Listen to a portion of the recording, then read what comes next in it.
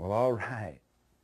My clones have survived their first week and they are looking good.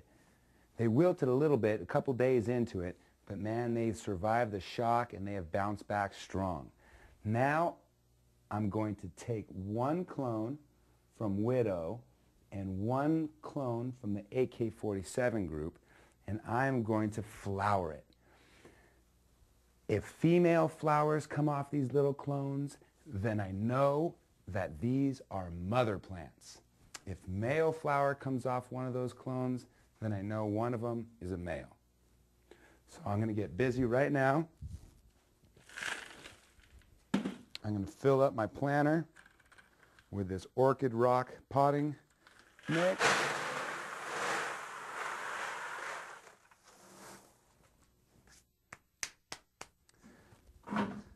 I've pre-mixed a half-strength solution in the flowering hydroponic unit for the first 2 baby clones that I put in here. Since they're still young, I don't want to shock them with full-strength nutrient. I want them to survive so I could see what sex the corresponding plants are.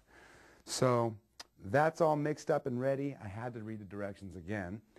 And the potting soil's in. I'm going to spark this light up,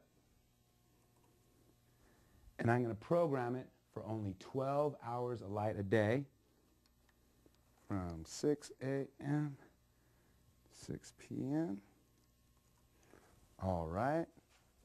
And I am going to grab this White Widow clone and this AK-47 clone.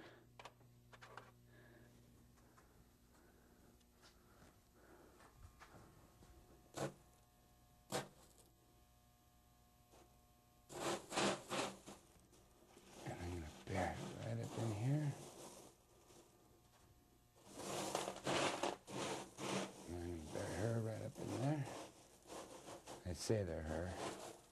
Wishful thinking. And I'm going to keep the light 30 inches from the tops of these baby clones because they're still young and they're still tender. Normally, the plants are going to go 20 inches away from the bulb when they're real big and budding.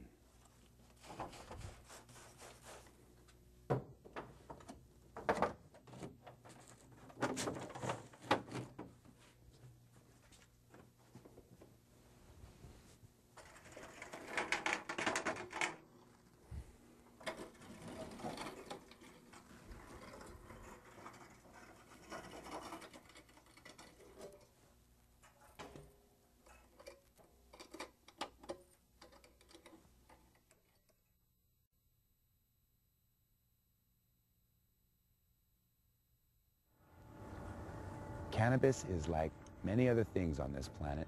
There's a male and female plant. The male produces pollen and the female produces THC-filled flowers, the bud. When the male pollen interacts with these buds, that's when seed production begins. I'm going to take advantage of cannabis's natural tendencies in my indoor grow room by eliminating all the males. Thus, I won't have any pollen to worry about. All I'm going to have is bud to harvest.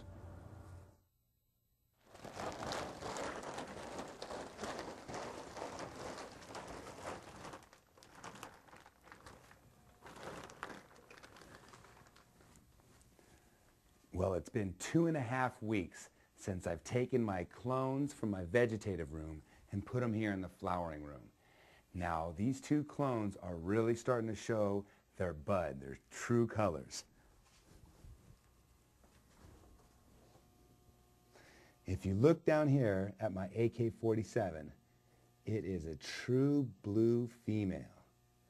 She is gorgeous.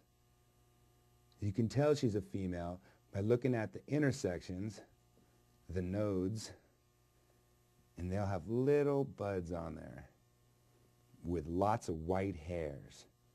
The white hairs are a true sign that it's a female. Now I know my AK-47 over my vegetative room is a female. And I'm super, super fortunate because my white widow is a female too.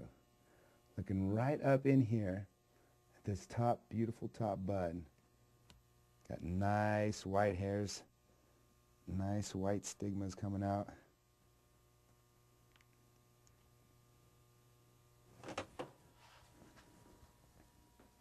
I'm really, really excited. I don't have any males in any of my garden. Males differ from females, where the females have their buds with white hairs. Males would have these little pod-like structures. Sometimes they stand just two pod structures, one side by side. Other times they have whole bunches of pods that kind of dangle off the little nodes, a lot like these extra large version would be these grapes. When it's time for the males to pollinate, these grapes split open at the end like a little flower, and they send pollen all over the garden. When this pollen interacts with a female bud, the female stops producing THC and starts producing seed. And that's what I really want to avoid, and it looks like I have, because both of these clones are female, so I know all my garden is female.